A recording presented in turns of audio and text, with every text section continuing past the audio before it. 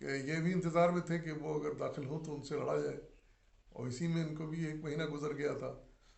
کھانے پینے کا سامان ان کے یہاں بھی ختم ہو رہا تھا، گھروں میں جو کچھ کھانے والے کا انتظام تھا اس سے وہ کام چلا رہے تھے، لیکن آخر کار وہ بھی ختم ہو رہا ہے. تو بھوک نے بھی پریشان کیا. پھر جاگ جاگ کے نگرانی کرتے تھے وہ کہ دشمن داخل نہ ہو جائے، پہرے داری کرتے تھے. تو اس میں الگ ان کی نیند الگ خراب ہو گئی تھی. تو اس طرح وہ بھی بڑے پریشان تھے صحابہ صلی اللہ علیہ وسلم اور صحابہ. اور تو اسی کا احوال قرآن میں ایک جگہ بیان ہوا ہے. قرآن کی آیت کا انہوں نے ترجمہ پیش کیا ہے کہ جب وہ تمہارے اوپر نیچے کی طرف سے تم پر دشمن چڑھائے، اور جب آنکھیں پتھرا گئیں اور دل مارے دہشت کے گلوں تک پہنچ گئے، اور تم اللہ پر طرح طرح کے گمان کرنے لگے. یہ ہے سورہ احزاب کی آیت نمبر 10. تو آگے لکھتے ہیں کہ فریق ثانی بھی عجیب کشمکش میں مبتلا تھا. وہ تو فقط مدینے کو فتح کرنے آئے تھے، لیکن خندقوں کو دیکھ کر ان کے ہوش اڑ گئے. انہوں نے اپنی پوری زندگی میں خندقیں نہ دیکھی تھیں اور نہ اس سے پہلے کبھی ان کے بارے میں سنا تھا. مجبوراً انہیں خندقوں کے اس پار ہی قیام کرنا پڑا. یعنی اس سے پہلے جنگوں میں خندقوں کو نہیں دیکھا تھا انہوں نے، کس طرح بھی تحفظ کیا جا سکتا ہے اپنے علاقے کا. سابقہ نہیں پڑا تھا ان کو خندقوں سے. اب جو پہلی مرتبہ سابقہ پڑا تو وہ ان کے پاس ان کو حل نظر نہیں آیا، اتنی چوڑی اتنی بڑی خندقوں کو کس طرح پار کریں. تو ان پر بھی برا حال تھا، ان کا بھی برا حال تھا. اور پھر اوپر سے یہ طوفان آ گیا، اس کی وجہ سے ان کے بالکل ہی حالت خراب ہو گئی. آگے لکھتے ہیں آپ کہ سب سے بڑا مسئلہ اتنے بڑے لشکر کا قیام و تعان تھا. اپنے ساتھ کھانے پینے کی چیز کچھ لائے تھے، وہ ختم ہو گئی. ہوا کی وجہ سے دیگیں الٹ گئیں، سامان سب بکھر گیا. جیسے قطع انتظام نہیں کر کے آئے تھے. اور بنو قریظہ کے یہودی جن سے انہیں بڑی امیدیں وابستہ تھیں، عین مصیبت کے وقت ان کا ساتھ چھوڑ گئے، اور رات تو حد ہو گئی. طوفانی ہواؤں کی زد میں آ کر ان کے خیمے اکھڑ گئے اور دیگیں الٹ گئیں. جو صورتحال بیان کی گئی. جنگ کے ایسے فیصلہ کن موقع پر وہی کامیاب رہتا ہے جو آخر دم تک ثابت قدم رہتا ہے، اور جو صبر کا دامن ہاتھ سے چھوڑ دیتا ہے وہ ناکام و نامراد ہوتا ہے. یعنی ایسے موقع پر صبر اور برداشت ہمت سے کام لینا بڑا ضروری ہوتا ہے. جنگ کی یہی تو آزمائش ہوتی ہے. تو صحابہ بہت صبر سے برداشت سے کام لے رہے تھے، اور حالات بھی اتنے اچھے نہیں تھے. ایسے موقع پر کامیاب سپہ سالار کی یہ خواہش ہوتی ہے کہ وہ فریق ثانی کے حالات سے باخبر رہے. تو سپہ سالار اعظم یعنی صلی اللہ علیہ وسلم بھی کفار کے حالات سے باخبر ہونے کے لیے کسی ایسے موضوع شخص کی تلاش میں نکلے جو انہیں حالات سے باخبر کر دے.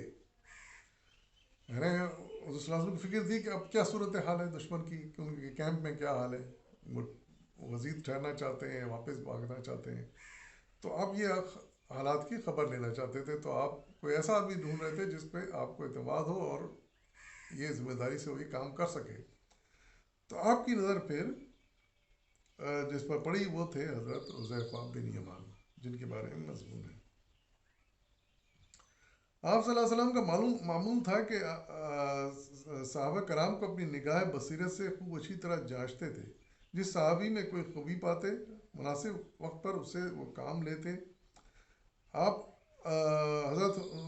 نے حضرت حذیفہ میں جو خوبیاں پائی تھیں ان میں سے احساس ذمہ داری اور رازداری آپ کی قابل دید خوبیاں تھیں. یعنی 2 خوبیاں حضرت حذیفہ میں حضور صلی اللہ علیہ وسلم پسند آئی. ایک تو بہت ذمہ دار آدمی تھے، جو کام دیا جاتا تھا نہایت ذمہ داری سے پورا کرتے تھے. دوسری خوبی یہ تھی کہ آپ رازداری برتتے تھے کاموں میں. یعنی جو راز آپ کو پتہ چلتا وہ سب میں اعلان نہیں کرتے، کسی دوسرے کو نہیں بتاتے، صرف حضور صلی اللہ علیہ وسلم سے آ کے بیان کرتے تھے. یعنی پوری رازداری سے کام لیتے تھے. اور حضور صلی اللہ علیہ وسلم کو ایسے ہی آدمی کی تلاش تھی جو جائے، حالات معلوم کرے اور آ کے انہیں چپکے سے بتائے کہ کیا حالات ہیں، تاکہ اسی کے حساب سے پھر حضور صلی اللہ علیہ وسلم بھی اپنی پالیسی بناتے. اسی لیے آپ صلی اللہ علیہ وسلم خفیہ امور میں آپ ہی کو شریک کرتے تھے، آپ کے علاوہ کسی کو بھی ان کی خبر نہ ہوتی، حتیٰ کہ آپ صلی اللہ علیہ وسلم نے ریاست مدینہ کے اندرونی دشمنوں یعنی منافقین کے نام فقط حضرت حذیفہ ہی کو بتائے تھے. یعنی مدینہ میں جہاں بہت مسلمان تھے، وہ لوگ ہو گئے تھے، وہاں کچھ منافق بھی تھے جو مسلمان نہیں ہوئے تھے، دل سے ظاہر ہی کرتے تھے ہم مسلمان ہو گئے. تو حضور صلی اللہ علیہ وسلم کو ان کی خبر تھی، غیب سے بھی ہو گئی تھی اور ان کے حرکتوں سے بھی ہو گئی تھی، لیکن حضور صلی اللہ علیہ وسلم نے کسی اور کو ان کی اطلاع نہیں دی تھی سوائے حضرت حذیفہ کے. بعض اکابر صحابہ کرام نے بہت کوشش کی کہ ان کے نام گلوائیں، لیکن آپ مرتے دم تک یہ راز اپنی زبان پر نہ لائے.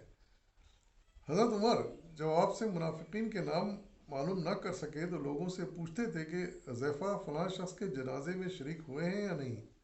اگر حضرت حذیفہ شریک ہوتے تو آپ سمجھ جاتے کہ منافق نہیں تھا جب ہی آپ اس کے جنازے میں شریک ہوئے، اور اگر حذیفہ شریک نہ ہوتے تو آپ سمجھ جاتے تھے کہ یہ منافق تھا. اس سے تب آپ کو پتہ چلتا تھا کہ کون منافق تھا اور کون سچا مسلمان تھا. یہ ان خصوصیات کی مثالیں تھیں جو حضور صلی اللہ علیہ وسلم نے حضرت حذیفہ بن یمان میں پائی تھیں. انہی خصوصیات کی بنا پر حضرت عمر نے جب انہیں مدائن کا گورنر بنا کر بھیجا تو ان کے استقبال کے لیے شہر کے عمرہ اور سردار شہر کے باہر نکل آئے اور ان کا استقبال کیا. یعنی حضور صلی اللہ علیہ وسلم کے انتقال کے بعد جب حضرت عمر رضی اللہ عنہ خلیفہ بنے، آپ نے انہی خصوصیات کی بنا پر حضرت حذیفہ بن یمان کو مدائن کا گورنر بنا کر بھیجا. تو وہ جب وہ مدائن کا گورنر بن کر گئے، مدائن میں داخل ہوئے، تو وہاں کے سردار اور عمرا بڑے لوگوں نے شہر سے باہر نکل کر آپ کا استقبال کیا تھا. لیکن اب یہ دیکھیں کہ استقبال میں کیا ہوا. جب انہوں نے حضرت حذیفہ کو بوسیدہ کپڑوں کے ساتھ خچر پر سوار دیکھا تو بے ہوش ہوتے ہوتے بچے. یعنی اتنے عظیم صحابی اور اتنے عظیم فاتح، اتنے عظیم صلاحیتوں کے مالک، حضور صلی اللہ علیہ وسلم کی اتنی قربت رکھنے کے باوجود بھی وہ اتنے سادے تھے، سادہ رہتے تھے کہ تعجب ہوتا تھا. اور اسی سادگی کے عالم میں آپ مدائن کے گورنر بن کر گئے. یعنی کوئی آپ نے عالی شان لباس نہیں پہنا ہوا تھا اور آس پاس سپاہیوں کا ساتھ نہیں تھا، بالکل نہایت سادگی سے خچر پر سوار ہو کر آپ مدائن پہنچے. تو لوگوں نے آپ کو جب پہچانا تو بڑا تعجب ہوا آپ کو کہ آپ اتنی سادگی سے گورنر بن کے آئے. آپ کی سادگی درویشی دیکھ کر اندازہ لگانا مشکل ہے کہ آپ تیغ و زن کے بھی ماہر رہے ہیں. آپ غزوہ بدر کے علاوہ تمام غزوات میں شریک رہے. ہمدان، رے اور دینوار کے فاتح بھی آپ ہی تھے. اندازہ لگائیے آپ کہ کیسے عظیم انسان، کیسے عظیم صحابی، کہ کئی شہروں کے فاتح، غزوہ بدر اور تمام غزوات میں شریک ہونے والے صحابی، اور آپ کا سادگی کا یہ عالم کہ ایک سادے سیدھے لباس میں آپ خچر پر سوار ہو کر چند صحابہ کے ساتھ آپ مدائن میں داخل ہوئے. اگر پھر مزید آپ کی تاریخ میں لکھا گیا ہے کہ اگر آپ جنگ میں ہوتے تو اپنی بہادری اور وجاہت کے باعث بے مثال نظر آتے.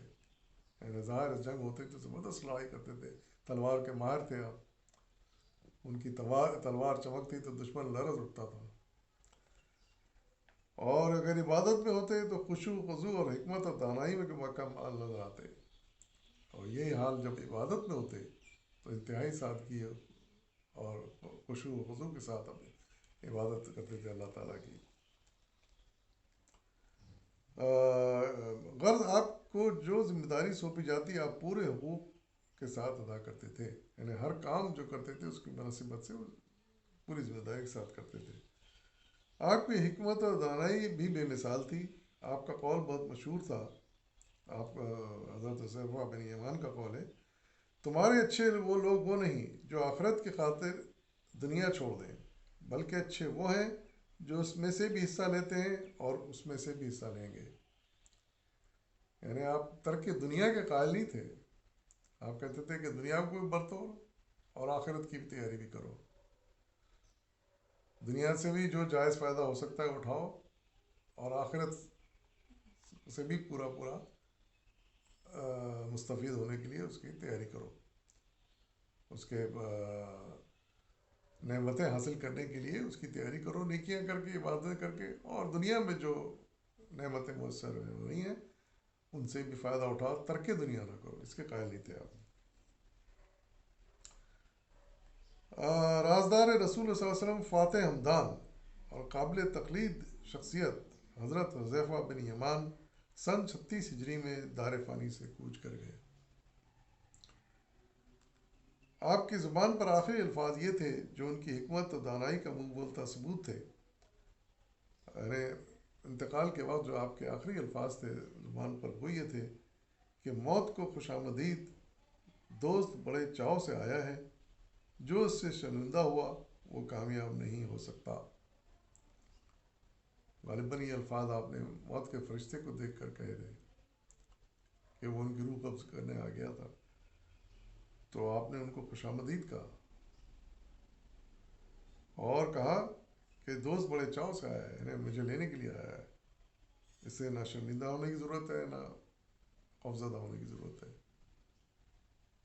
تو دوسرے الفاظ میں خوشی خوشی ان کے ساتھ موت کے فرشتے کے ساتھ روانہ ہو گئے، اور اس طرح یہ متقی اور ازگار اور عظیم روح اللہ کی جوار رحمت میں پہنچ گئی. انا للہ و انا الیہ راجعون. یہ تھے مختصر حالات. ہمیں اندازہ ہوتا ہے کہ کیسے عظیم صحابی تھے